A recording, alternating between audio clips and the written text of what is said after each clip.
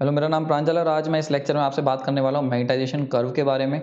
अगर बात करें, हम लोग ने प्रीवियस लेक्चर यानी कि जिसमें मैंने परफॉर्मेंस कर्व, कैरेक्टरिस्टिक कर्व का जो एक लेक्चर लिया था, उसमें मैंने आप लोगों को बताया था। उसमें हमने देखा था कि हमने अगर जनरेटर को 3 पार्ट्स में तोड़ा था, एक था एक्सटर्नल, एक था इंटरनल और एक था मैग्नेटिक पार्ट। ये जो पूरा लेक्चर है, ये पूरा का पूरा मैग्नेटिक पार्ट यानी कि आईएफ और ईजी के ऊपर डेडिकेटेड है।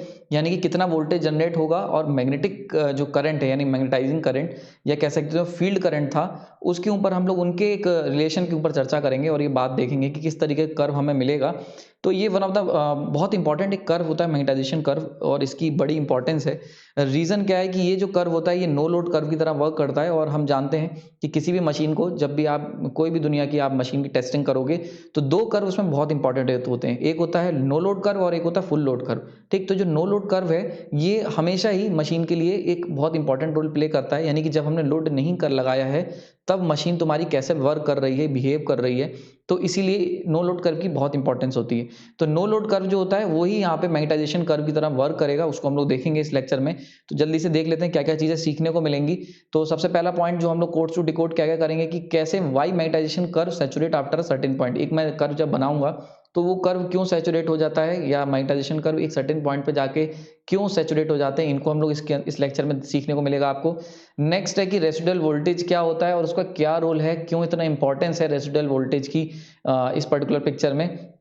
और थर्ड है आपका how the speed of DC voltage affect the voltage buildup process. यानी कि कैसे स्पीड जो होती है डीसी जनरेटर की वो अफेक्ट करती है वोल्टेज के बनने के प्रोसेस को। वोल्टेज बिल्डअप क्या होता है, एक तो आपको ये भी इस लेक्चर में पता चलेगा, प्लस हम लोग यहाँ पे देखेंगे कि स्पीड का क्या असर है वोल्टेज के बिल्डअप के प्रोसेस पे। तो चलिए शुरू करते हैं। सबसे पहले अगर बेसिक्स की बात कर ली जाए यानी कि नामों की बात कर ली जाए, तो हम बात करने जा रहे हैं मैग्नेटाइजेशन कर्व की, मैग्नेटाइजेशन कर्व। ठीक है, और ये जो कर्व होता है इसको मैग्नेटाइजेशन, जैसा मैंने बताया था, किसके बीच में बनता है, तो एक है हमारे पास फील्ड करंट आई एफ, ठीक, और दूसरा ये जो बनता है वो क्या होता है ई जी नॉट के ऊपर। बहुत इंपॉर्टेंट है, यानी कि इसके अंदर हम लोग जो प्रोसेस होता है वो आई एफ यानी कि फील्ड करंट का इफेक्ट क्या होगा ई जी नॉट पे, या कह सकते हैं फ्लक्स का इंटरेक्शन। फ्लक्स का इंटरेक्शन ये दिखाता है, यानी कि जनरेटर के अंदर जो फील्ड फ्लक्स है, फील्ड फ्लक्स, ठीक है, फील्ड फ्लक्स का इंटरेक्शन शो करता है ये। ठीक है, तो मैग्नेटाइजेशन कर्व क्या करता है, फील्ड फ्लक्स का इंटरेक्शन शो करता है कि कैसे फील्ड फ्लक्स से जनरेटेड वोल्टेज जो होता है वो अफेक्ट होता है किसी भी सिस्टम का। ठीक, दूसरा बड़ा इंपॉर्टेंट आ जाता है, अगर हम लोग कहते हैं नेम्स, नेम के ऊपर आ जाते हैं, नेम या कह सकते हैं सिनोनिम के ऊपर बात कर लें, सिनोनिम, तो बड़ा इंपॉर्टेंट नाम है इसका। इसको हम लोग पहला नाम, इसको हम लोग कहते हैं नो लोड कर्व, कहते हैं नो लोड कर्व भी कहा जाता है इसे। रीजन क्या है, रीजन है कि हम लोग क्या करते हैं आई ए इक्वल टू 0 लेते हैं, यानी कि क्या करूंगा ओपन सर्किट यूज करूंगा। यानी कि मैं क्या करूंगा, जो जनरेटर ले रहा हूं उसके टर्मिनल पे कोई भी रेजिस्टेंस लगाऊंगा नहीं और उसे ओपन रखूंगा। क्लियर हो गया, तो एक तो हो गया नो लोड कर्व इसे कहते हैं, क्योंकि इसके टर्मिनल के क्रॉस कोई भी वोल्टेज कोई भी हम लोग लोड नहीं लगाते हैं। ठीक, दूसरी चीज, एक नाम और इसका नाम होता है open circuit curve, OCC curve भी कहते हैं। बहुत इंपॉर्टेंट, ओसीसी क्यों, क्योंकि अगेन ये क्या है ओपन सर्किट है और इसीलिए इसे ओपन सर्किट कर्व भी कहा जाता है। थर्ड पॉइंट जो होता है इसे सैचुरेशन कर्व भी कहा जाता है, सैचुरेशन कर्व, सैचुरेशन कर्व भी कहा जाता है। तुमसे एग्जाम में कभी मैग्नेटाइजेशन कर्व डायरेक्ट नहीं पूछा जाएगा, इन तीनों में से कोई एक नाम पे तुमसे क्वेश्चन पूछा जाएगा कि आप ओसीसी कर्व को बता दिए, या on the basis of OCC curve, या on the basis of saturation curve. इस तरीके से तुमसे डायरेक्ट कभी नहीं पूछा जाएगा कि आप मैग्नेटाइजेशन कर्व बताइए जनरेटर का, तुमसे इसी में से कोई एक नाम का यूज करके पूछा जाएगा। ठीक है, अच्छा सैचुरेशन कर्व नाम क्यों पड़ा, क्योंकि अभी मैं तुम्हें बताऊंगा जब इसका कर्व ड्रॉ करेंगे तो हम देखेंगे कि कर्व जो होगा एक पर्टिकुलर पॉइंट पे जाके सैचुरेट हो जाएगा, तो वहीं से इसका नाम पड़ा है सैचुरेशन कर्व। दूसरी चीज एक और इंपॉर्टेंट, कि ये जो कर्व होता है ये आपके फ्लक्स के इंटरेक्शन को, जैसा मैंने बताया, ये क्या कर रहा है फील्ड फ्लक्स के इंटरेक्शन को दिखा रहा है। तो जो फ्लक्स होता है मैंने उसके बारे में बता रखा है कि जो हम लोग डीसी मशीन ले रहे हो उसके अंदर जो कोर ले रहे हो, यानी कि पोल शो या तुम्हारा आर्मेचर का जो रोटर है, इनकी जो कोर है वो पूरी की पूरी किसकी बनी होती है, फेरोमैग्नेटिक मटेरियल की, फेरोमैग्नेटिक मटेरियल की बनी होती है। और फेरोमैग्नेटिक मटेरियल जो होते हैं वो तुम जानते हो कि बीएच कर्व को फॉलो करते हैं, बीएच कर्व को फॉलो करते हैं। तो बस जैसे बीएच कर्व सैचुरेट हो जाता है उसी तरीके से ये कर्व भी सैचुरेट होगा। इसको हम लोग आगे देखेंगे, बहुत डिटेल में डिस्कस करेंगे। ठीक है, तो आई होप ये चीज समझ में आ गई होगी कि यहाँ पे जितना मैंने अभी तक बताया है कि इस कर्व के नाम क्या क्या है और किस बेसिस पे नाम पड़े हैं। आगे चलते हैं, अब बात कर लेते हैं इसकी इस कर्व के बारे में थोड़ा सा और बेसिक्स के बारे में बात कर लेते हैं, ठीक। तो अगर वोल्टेज की बात करी जाए ईजी, तो ईजी मैंने देखा था NP5Z/60A, क्लियर हो रहा है, ठीक। मैंने कहा था कि सर्टेन एजम्पशंस लिए थे, सर्टेन एजम्पशंस लेके जब मैंने इसको करा तो क्या हो गया, K आ जाएगा, N आ जाएगा और फाई आ जाएगा। यानी कि देखो नंबर ऑफ पोल फिक्स हैं, नंबर ऑफ कंडक्टर फिक्स है, number of parallel path fix हैं। ये अगर लैप ले रहे हो तो ये कितने हो जाएंगे, A = P। और अगर आप वेव ले रहे हो, वेव का केस लेते हैं हम लोग, तो उस केस में A = 2 हो जाएगा, नंबर ऑफ पैरेलल पाथ, ये मैं बता चुका हूँ पहले के केसेस में, ठीक। तो Eg = K, यानी कि सारी चीज़ें कांस्टेंट है, 60 भी कांस्टेंट है, तो इन चीज़ों को मैं कांस्टेंट ले लेता हूँ इस फॉर्मूले में, तो फॉर्मूला निकल के आता है K N phi, ठीक। अब मैंने तुम्हें जो पुराने लेक्चर यानी कि जो प्रीवियस लेक्चर लिया था उसमें मैंने बताया था कुछ एजम्पशंस लिए। एजम्पशंस क्या थे, एजम्पशंस थे एन को मैंने कांस्टेंट ले लिया था। अगर एन को भी कांस्टेंट ले लोगे तो अब जो जनरेटेड वोल्टेज होगा वो डायरेक्ट प्रोपोर्शनल हो जाएगा फाई के, यानी कि डायरेक्ट प्रोपोर्शनल फ्लक्स के, यानी फ्लक्स के सीधे सीधे प्रोपोर्शनल हो जाएगा। और फ्लक्स की बात करी जाए, फ्लक्स किसकी वजह से बना होता है, तो फील्ड करंट जिम्मेदार होता है, तो हम कह सकते हैं ईजी जो होगा वो डायरेक्ट प्रोपोर्शनल होगा आई एफ के। क्लियर हो रहा है ये, ठीक। ये मार्क कर लो, बहुत इंपॉर्टेंट कॉन्सेप्ट है ये, ठीक। तो ईजी जो होगा वो डायरेक्ट प्रोपोर्शनल हो जाएगा आई एफ के। तो सबसे पहले हम लोग हर बार यही मैं बताऊंगा तुम्हें, जब भी हम कोई कर्व ड्रॉ करेंगे तो उससे पहले मैं उसका सर्किट, उसका जो फॉर्मूला है यानी कि जो बेसिक्स है जिसके बेसिस पे कर्व बनाया जा रहा है उसको हम लोग डिस्कस करेंगे, ठीक है। तो यहाँ से क्या क्या चीज़ सीखने को मिली, इतना जो मैंने अब तक बताया है कि हमने क्या करा है, जो ईजी यानी कि जो जनरेटेड वोल्टेज आने वाला है, ईजी नॉट कह सकता हूँ, मैंने बताया था पुराने लेक्चर में ईजी नॉट और ईजी में क्या डिफरेंस है। नहीं याद है तो पुराना लेक्चर दोबारा से देख सकते हो, रिवाइज कर सकते हो। तो ईजी नॉट जो होगा वो डायरेक्ट प्रोपोर्शनल टू निकल के आएगा फ्लक्स के, ठीक, या फिर और आई एफ के, ठीक। तो हम इंटरेक्शन किसके बीच में निकालने वाले हैं, आई एफ और ईजी नॉट के बीच में। मैथमेटिकली मैंने पूरा प्लॉट सेट कर दिया है, पिक्चर तैयार कर दी है कि कैसे होने वाला है, ये कैसे वर्क करेगा। तो ईजी नॉट जो होगा वो आई एफ के साथ डायरेक्टली लिंक होके वर्क करेगा, ठीक है। क्लियर हो रहा है। अब देखते हैं कर्व कैसे बनेगा। तो ये है मैग्नेटाइजेशन कर्व जो कि डीसी मशीन का होता है, ठीक। इस कर्व को बहुत ध्यान से देखना, ठीक है, बहुत ध्यान से देखना, काफ़ी बारीकियां हैं इस कर्व के अंदर, तो वो मैं बताऊंगा। तो देखो ये कर्व जो है, ये वाला जो पर्टिकुलर पार्ट है ये तुम्हारा बता रहा है वोल्टेज को, बता रहा है यहाँ पे ये चीज़, ठीक। ये वोल्टेज बता रहा है, वोल्टेज की लाइन है, और ये लाइन है फील्ड करंट की, फील्ड करंट की, ठीक। ओके, क्लियर हो गया। अब ये जो वोल्टेज है वी नॉट, यही तुम्हारा कितना होता है, ईजी नॉट होता है, याद रखना ये चीज़। ये जो वी नॉट है वही ईजी नॉट, सॉरी दिख नहीं रहा होगा, ईजी नॉट जो है वही तुम्हारा वी नॉट है, वी नॉट। क्लियर हो गया। अब देखो जब तुम क्या करोगे, जब आप वोल्टेज को बढ़ाना शुरू करोगे इस तरीके से, यानी कि जैसे जैसे तुम फील्ड करंट को बढ़ाना शुरू करोगे तो ये जो कर्व होगा ये तुम्हारा यानी कि वोल्टेज होगा वो धीरे धीरे बढ़ना शुरू हो जाएगा, ठीक। शुरुआत में लीनियरली बढ़ेगा एंड देन ये कर्व इस पर्टिकुलर पॉइंट पी तक जाके यहाँ पे क्या हो जाएगा, ये हो जाएगा सैचुरेट। क्लियर हो रहा है। यहाँ पे जो कर्व है आपका वो सैचुरेट हो जाएगा, यानी कि कर्व जैसे जैसे तुम फील्ड करंट को बढ़ाना शुरू करोगे जीरो से, जैसे जैसे आप क्या करेंगे फील्ड करंट को जीरो से बढ़ाना शुरू करोगे इस डायरेक्शन में, उसकी वैल्यू राइज अप करना शुरू करोगे, वैसे वैसे वोल्टेज क्या होगा इस तरीके से आपका बढ़ना शुरू होगा, और यहाँ पे जाके ये कर्व जो होगा वो एक पर्टिकुलर पॉइंट के बाद सैचुरेट हो जाएगा। क्लियर हो रहा है। ये जो पॉइंट होता है जिसके बाद जाके कर्व आपका लगभग सैचुरेट हो जाता है, वो पॉइंट कहलाते हैं, हम लोग उसको पी कह देते हैं। ये पॉइंट जो होता है ये होता है स्टेबल पॉइंट, बहुत ध्यान से समझना इसको, ये होता है स्टेबल पॉइंट, ठीक। स्टेबल पॉइंट मतलब ये जो लाइन तुम देख रहे हो ये है फील्ड रेजिस्टेंस की लाइन, फील्ड रेजिस्टेंस की, और ये कितना होता है, तो फील्ड रेजिस्टेंस में बताया आर एफ होता है। आर एफ की अगर बात करोगे तो वो हो जाएगा तुम्हारा E G naught divide by, ठीक है, V upon I F. Clear हो रहा है। तो E G naught divide by I F की ये लाइन है, तो जिस पॉइंट पे ये लाइन कट करेगी उसके बाद से कर्व जो होगा उसके बाद की जो वैल्यू होगी उस पर वोल्टेज मिलना हमें सैचुरेट हो जाएगा, वो पॉइंट स्टेबल पॉइंट होगा। यानी अगर एक सिंपल सी कॉन्सेप्ट कहा जाए तो जिस पॉइंट पे ये जो वोल्टेज बिल्डअप कर्व है और वो और ये रेजिस्टेंस लाइन एक दूसरे को कट आउट करेंगे वो पॉइंट स्टेबल पॉइंट होगा, और उसके बाद हमें वोल्टेज क्या होगा, कर्व जो होगा वो सैचुरेट हो जाएगा और मुझे आउटपुट वोल्टेज नहीं उतना ही फिक्स मिलेगा। यानी कि जितना भी वोल्टेज जिस पॉइंट पे जो वोल्टेज मिल रहा होगा, यानी कि ये जो रेजिस्टेंस वाली लाइन है और ये जो कर्व है जिस पॉइंट पे कट कर रहे होंगे वही वोल्टेज मैक्सिमम वोल्टेज मुझे आउटपुट मतलब जनरेटेड वोल्टेज मैक्सिमम मिलेगा। क्लियर हो रहा है ये चीज़, ध्यान रखना, ठीक। तो मैंने जो कहा उसको बता दे रहा हूँ, यानी कि पॉइंट पी जिस पे क्या हो रहा है, resistance line, resistance field resistance line, ठीक है, कट कर रही होगी किसे, तुम्हारे वोल्टेज कर्व को, वोल्टेज कर्व को, ठीक है। तो जिस पॉइंट पे कट करेगी उस पॉइंट पे जितना ई जी नॉट होगा यही तुम्हारा क्या होगा, मैक्सिमम वोल्टेज पॉसिबल, यही मैक्सिमम वोल्टेज पॉसिबल होगा। ध्यान रखना ये चीज़। क्लियर हो रहा है। यानी कि जितना जो रेजिस्टेंस लाइन जिस पॉइंट पे कट कर रही होगी इस वोल्टेज कर्व को, वहां तक जो पॉइंट होगा उस पॉइंट से वो पॉइंट जो होगा वो मैक्सिमम ईजी नॉट को जनरेट करेगा। उसके बाद हमने देखा यहाँ पे कर्व क्या हो रहा है, उसके बाद जो कर्व की वैल्यू है वो लगभग कांस्टेंट हो जाएगी या सैचुरेट हो जाएगी। क्लियर हो रहा है? और इसके ऊपर और भी बहुत सारी कहानियां हैं, मैं एक कॉन्सेप्ट ये है। क्लियर हो गया? ठीक। अच्छा, एक चीज बड़ी इंपॉर्टेंट जो देखने वाली थी, अगर आपने ध्यान से देखा होगा तो समझ में आ गया होगा कि देखो ये जो कर्व है ये जीरो से शुरू नहीं हो रहा है, यानी कि इसका जो स्टार्टिंग पॉइंट है वो जीरो नहीं है, बल्कि एक सर्टेन वोल्टेज वी नॉट से शुरू, वी नॉट नहीं, वी इनिशियल कह सकता हूँ, आई, वी आई से, यानी कि ए पॉइंट क्या है, इनिशियल वोल्टेज से शुरू हो रहा है। ये वोल्टेज कैसे आ गया पिक्चर में? क्लियर हो रहा है? तो इसको समझ लेते हैं, इसकी बड़ी लंबी चौड़ी कहानी है, इसको बहुत ध्यान से समझते हैं। ठीक है, इस प्रोसेस को हम लोग कहते हैं ये। अच्छा, एक चीज ये समझ में आ गई, इसको हम लोग डिस्कस करने वाले हैं कि इनिशियल वोल्टेज कहाँ से आया। इसको नाम दिया जाता है रेसिडुअल वोल्टेज, रेसिडुअल वोल्टेज। ठीक है, रेसिडुअल वोल्टेज की कहानी समझो। ठीक, एक एक करके समझाऊंगा इस कर्व की कहानी। तो देखो, रेसिडुअल वोल्टेज का मतलब क्या हुआ, फॉर एग्जांपल अगर इस कर्व की बात करें, ये है वोल्टेज जो जनरेट हो रहा है, ठीक है, ई जी, ठीक, और ये है आई एफ। तो जब तुम मशीन खरीद के लाए, आई एफ ऐसे लिख सकते हैं, ठीक।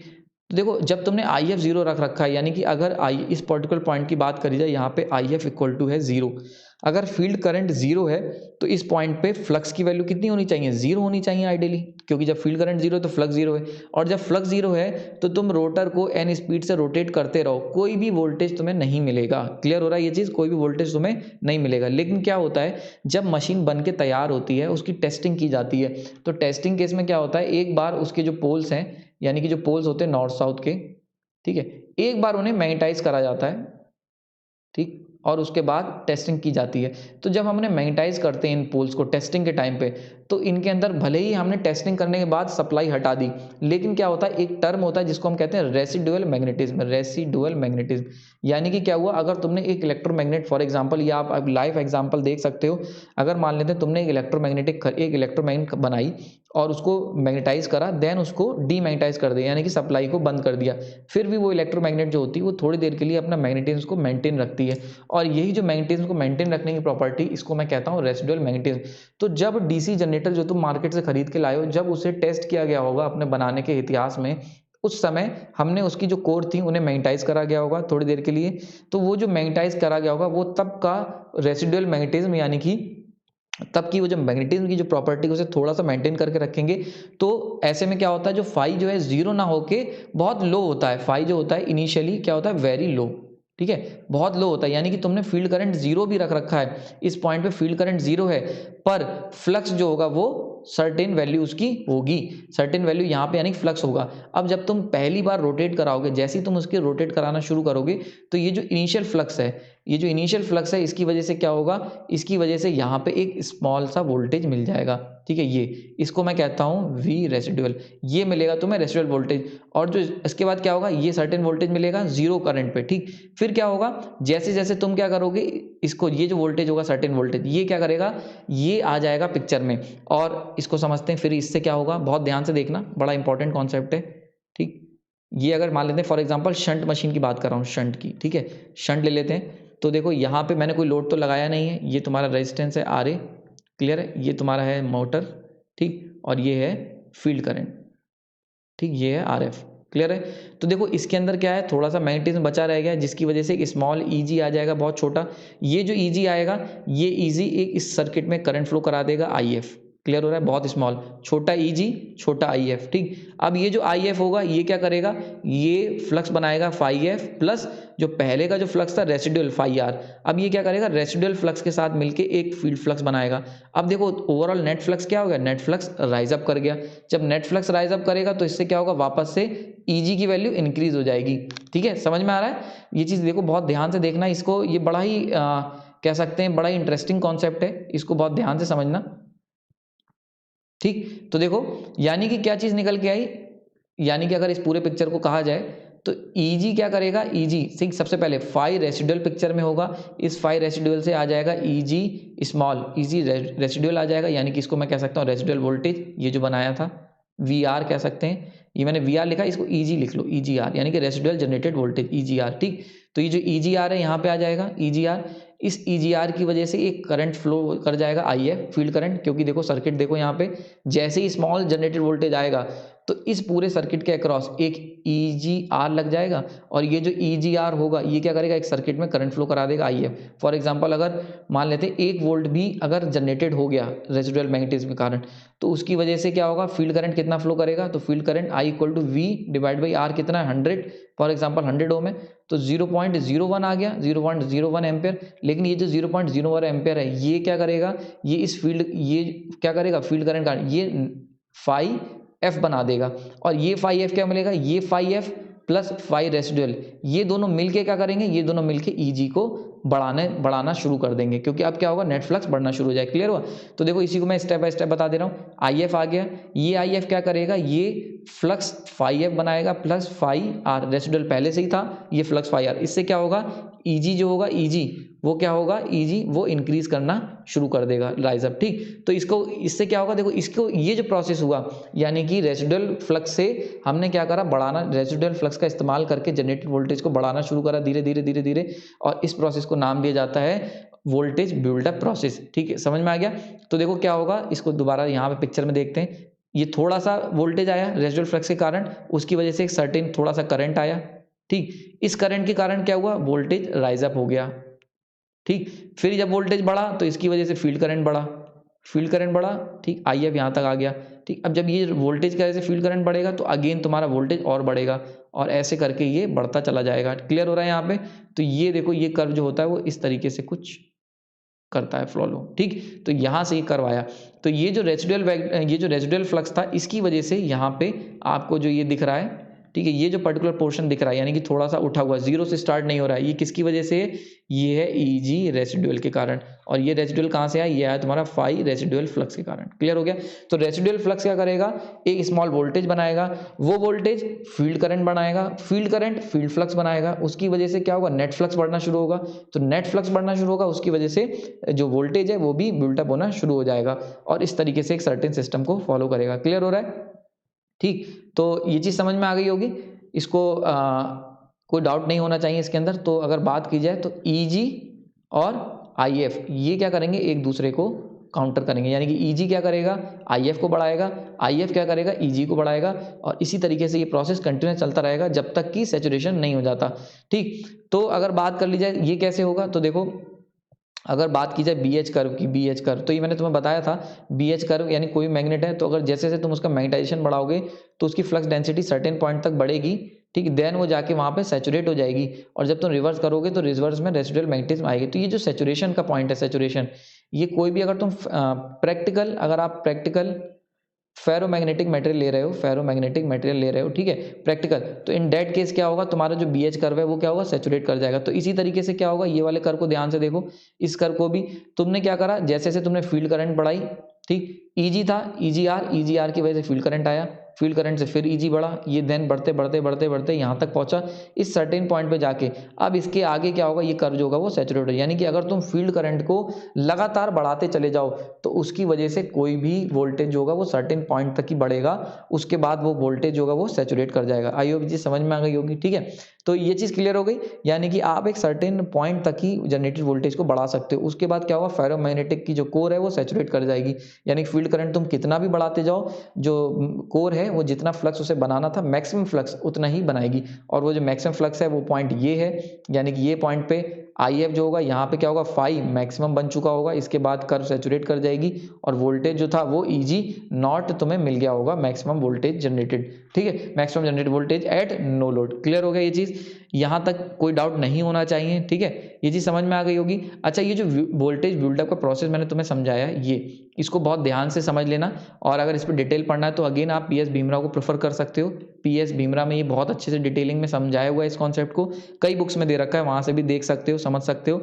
अच्छा, वोल्टेज बिल्डअप का जो प्रोसेस होता है ये बेसिकली होता है सेल्फ एक्साइटेड मशीन्स में, सेल्फ एक्साइटेड मशीन्स में। क्यों? क्योंकि देखो जो सेल्फ एक्साइटेड मशीन्स होती हैं, जैसे शंट हो गई, सीरीज हो गई, इनके अंदर बाहर से आपने कभी भी फ्लक्स, कोई भी फ्लक्स बाहर से नहीं लगता है, बल्कि जो फ्लक्स होता है, जो फील्ड वाइंडिंग होती है, वो क्या होती है, इंटरनली आर्मेचर से कनेक्टेड होती है। अब क्योंकि आर्मेचर में तो कोई करंट फ्लो कर ही नहीं रहा है, तो ऐसे केस में क्या होता है, जो फील्ड वाइंडिंग होती है वो भी इनिशियली जीरो होती है। तो जैसे जैसे तो ये जो रेसिडुअल मैग्नेटिज्म होता है, इसकी वजह से एक फील्ड करंट आने लगता है पिक्चर में।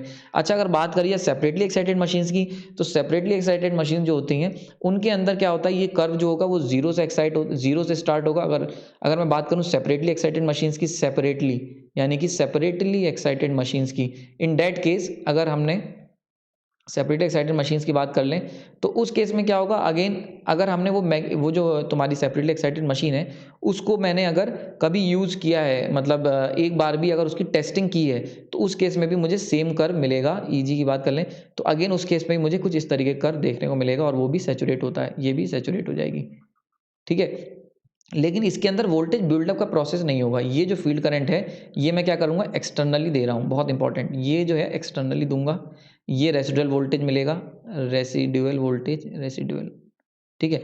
तो ये रेसिडुअल वोल्टेज मुझे क्या मिलेगा, सेपरेटली एक्साइटेड मशीन में पहले से रहा होगा, थोड़ा सा जो स्मॉल वोल्टेज पहले से रहा होगा, ठीक, जिसमें मैंने आई फील्ड जीरो करने पे भी अगर ये n आरपीएम पे चल रही है तो जो उसका इनिशियल वोल्टेज रहा होगा, उसकी इनिशियल फ्लक्स रहा होगा, उसकी वजह से रेसिडुअल फ्लक्स के कारण एक रेसिडुअल वोल्टेज मुझे VEGR मिलेगा, ठीक है।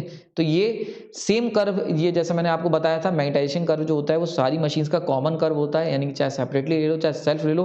अंतर क्या होता है, सेपरेटली के अंदर जो IF होगा फील्ड करंट वो तुम एक्सटर्नली वेरी करोगे, यानी कि बैटरी से चेंज करेंगे हम लोग रेगुलेटर लगा के। जबकि अगर मैं बात करता हूँ आपके इसकी सेल्फ एक्साइटेड मशीन्स की, तो सेल्फ एक्साइटेड मशीन्स के अंदर ये वोल्टेज बिल्डअप का प्रोसेस शो होता है, ठीक है। तो सेल्फ एक्साइटेड में क्या होगा, IF जो होगा वो इंटरनली काम करेगा, यानी कि इंटरनली राइज अप करेगा इंटरनली, ठीक है। तो ये इंटरनली करेगा और फील्ड करंट, जबकि सेपरेटली एक्साइटेड में जो फील्ड करंट होता है वो एक्सटर्नली अपने आप को चेंज करना पड़ता है हमें। क्लियर हो गया ये चीज़, तो अंतर समझ में आ गया होगा। तो इसको जरा जल्दी से समझ लेते हैं, यानी कि अगर मैं इन दोनों को कंपेयर कर दूं तो सेपरेटली एक्साइटेड की अगर बात कर लें, सेपरेटली, और ये हैं सेल्फ एक्साइटेड जो भी मशीन्स हैं, ठीक है। तो इसके अंदर क्या होगा, इसके अंदर वोल्टेज बिल्डअप का प्रोसेस होगा, सॉरी नहीं होगा। इसके अंदर क्या होगा, इसके अंदर वोल्टेज बिल्डअप का जो प्रोसेस है, बिल्डअप प्रोसेस वो होगा। क्लियर हो रहा है। इसके अंदर अगर बात करी जाए तो IF जो होगा वो एक्सटर्नली हम लोग चेंज करना पड़ेगा, एक्सटर्नली। जबकि इसके अंदर अगर बात करी जाए तो फील्ड करंट होगा वो इंटरनली चेंज होगा, इंटरनली, ठीक है। कैसे होगा, वोल्टेज बिल्डअप के प्रोसेस से। क्लियर हो गया। तीसरी अगर बात कर ली जाए, इसका जो मैग्नेटाइजेशन, इसमें जो रेसिडुअल होगा, रेसिडुअल वोल्टेज मिलेगा, इसमें भी रेसिडुअल वोल्टेज मिलेगा, रेसिडुअल वोल्टेज दोनों में मिलेगा। क्लियर हो रहा है। तो इसमें भी रेसिडुअल वोल्टेज मिलेगा और तुम्हारे सेल्फ एक्साइटेड मशीन में भी रेसिडुअल वोल्टेज मिलेगा। क्लियर हो गया ये चीज। इसीलिए कहा जाता है कि जो BH कर्व होते हैं वो सभी की सभी मशीन्स के, सॉरी मैग्नेटाइजेशन कर्व जो होते हैं वो दोनों की दोनों मशीन के, यानी सेपरेटली एक्साइटेड चाहे सेल्फ, सबका कॉमन होता है। क्लियर हो गया यहाँ पे ये चीज। अच्छा, एक बड़ी इंपॉर्टेंट चीज याद रखना, सैचुरेशन जो होगा वो भी दोनों के अंदर होगा, यानी कि अगर बात की जाए ये कर्व सैचुरेट करेगा तो यस ये भी सैचुरेट करेगा, क्योंकि फेरोमैग्नेटिक तो इसमें भी है, और ये भी सैचुरेट करेगा। केवल अंतर क्या है, अंतर आएगा तुम्हारे फील्ड करंट में। इसमें तुम एक्सटर्नली बनाओगे, इसके अंदर इंटरनली वो राइज अप करेगा due to voltage buildup process. Voltage buildup process समझ में आ गया। अगर कोई डाउट है तो आप नीचे कमेंट सेक्शन बता सकते हो, मैं इसके ऊपर एक सेपरेट लेक्चर बना दूंगा कि वोल्टेज बिल्डअप प्रोसेस। अगर मेरे पे ज़्यादा कमेंट लोग करेंगे, यानी कि अगर ज़्यादा कमेंट आते हैं आपके पास, आपकी तरफ से कि आपको इस पूरे लेक्चर में वोल्टेज बिल्डअप का प्रोसेस समझ में नहीं आया इवन बुक से पढ़ने के बाद, तो मैं उसके ऊपर एक फर्दर लेक्चर, एक डेडिकेटेड लेक्चर उस पर बनाऊंगा, ठीक है। लेकिन अगर कोई कमेंट नहीं आता है या बहुत कम कमेंट आते हैं तो आई होप, मुझे लगेगा कि सब लोगों को ये चीज़ समझ में आ गई है, ठीक। तो कमेंट करते रहें, बताते रहें, जहाँ पे आपको डाउट है उसके ऊपर आप बता सकते हैं, तो मैं एक फर्दर वीडियो उसके ऊपर आपके लिए बना सकता हूँ, ठीक। ये चीज़ क्लियर हो गई। नाउ अब बात कर लेते हैं अगेन इफेक्ट ऑफ स्पीड की बात कर लेते हैं। तो स्पीड का क्या इफेक्ट होगा, तो वो अगर आप स्पीड चेंज करोगे, वैसे तो स्पीड मैंने कांस्टेंट ली थी एजम्पशंस में, लेकिन अगर मैं स्पीड को चेंज करना चाहता हूँ तो मुझे क्या इफेक्ट देखने को मिलेगा उसको भी समझ लेते हैं। तो देखो ईजी जो होता है, ईजी वो डायरेक्टली प्रोपोर्शनल होता है फाई और एन के। तो अगर तुम्हारा फाई जो फ्लक्स है वो भी कांस्टेंट कर दिया जाए तो एन जो होगा वो इफेक्ट दिखाएगा। तो देखो एन के बढ़ने से डायरेक्टली आप देख सकते हो यहाँ पे डायरेक्टली क्या होगा, जो पॉइंट है वो क्या होंगे, इंक्रीज करते चले जाएंगे। जैसे जैसे स्पीड बढ़ाते जाओगे वैसे वैसे जिस पॉइंट पे जहां तक तुम्हारा कर्व जा सकता है वो इस तरीके से राइज अप करेगा। क्लियर हो रहा है। तो वोल्टेज जो होगा ईजी, क्लियर हो गया, समझ में आ गया। तो देखो यानी कि क्या हुआ, तुम्हारा कर्व यानी कि इस पर्टिकुलर पॉइंट पे जाके ईजी जो था, यानी कि अगर वो स्पीड कम है तो ईजी जो होगा इस पर्टिकुलर पॉइंट पे जाके फ्लक्स था, फ्लक्स क्या हो गया, फ्लक्स तुम्हारा हो गया सैचुरेट। यहाँ पे फ्लक्स सैचुरेट हो चुका है, ध्यान रखना यहाँ पे फ्लक्स सैचुरेट हो गया है। तो अब अगर तुम्हें वोल्टेज को राइज अप करना है तो तुम्हें क्या करना पड़ेगा, स्पीड को इंक्रीज। देखो ये चीज़ जो थी ये मैक्सिमम पहुंच गई है, यानी कि इसमें हम कुछ नहीं कर सकते।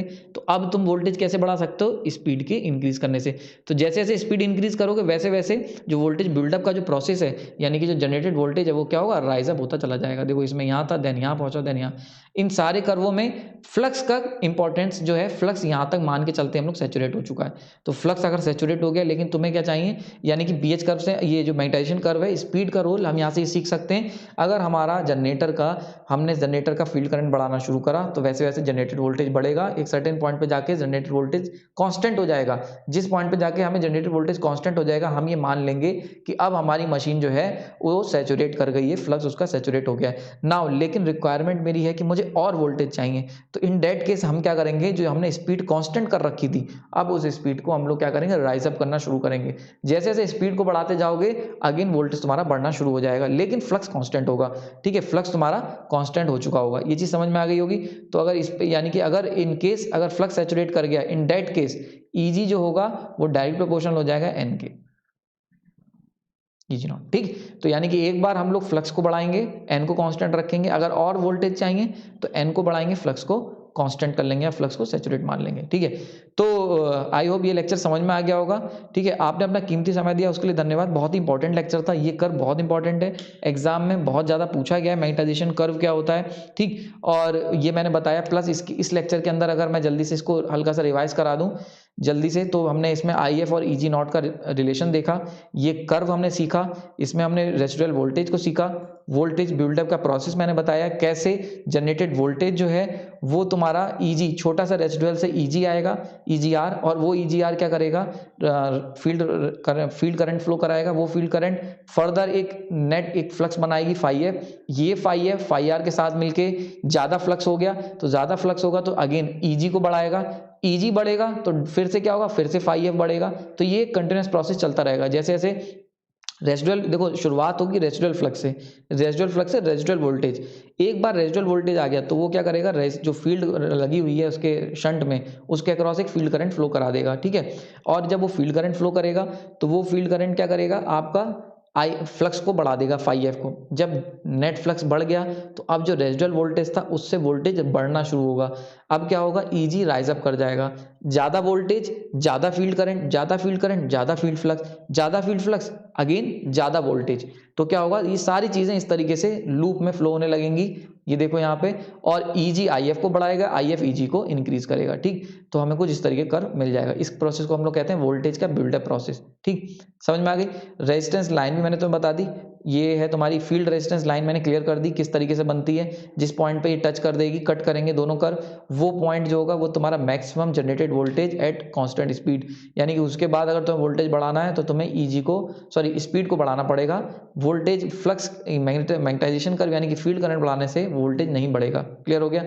ओके, ये मैंने दोनों कंपेयर कर दिया। अगर सेपरेटली एक्साइटेड मशीन लोगे उसके अंदर भी लगभग सेम कर्व आएगा, रेजिडुअल फ्लक्स होगा। अंतर क्या होगा, जो आई एफ होगा वो एक्सटर्नली चेंज करना पड़ेगा। वोल्टेज बिल्डअप जैसा कोई कॉन्सेप्ट इसमें नहीं होता है। ठीक है, क्योंकि इसके अंदर क्या होता है, आई एफ जो होता है वो एक्सटर्नली करना पड़ेगा चेंज, इंटरनली वोल्टेज बिल्डअप के प्रोसेस से आई एफ इंक्रीज नहीं होगा। ठीक है, ओके। तो अगर आपको कोई भी डाउट है इससे रिलेटेड, चाहे वोल्टेज बिल्डअप से रिलेटेड या इस पूरे लेक्चर में कोई भी टॉपिक आपको नहीं समझ में आया, तो आप उसको नीचे कमेंट बॉक्स में मेंशन करें, और उसके ऊपर अगर मैं कमेंट सेक्शन में समझा सकता हूँ तो वहाँ समझा दूंगा। अगर वहाँ नहीं समझा पाऊंगा तो उसके ऊपर एक मैं डेडिकेटेड लेक्चर, सेपरेट लेक्चर बनाऊंगा।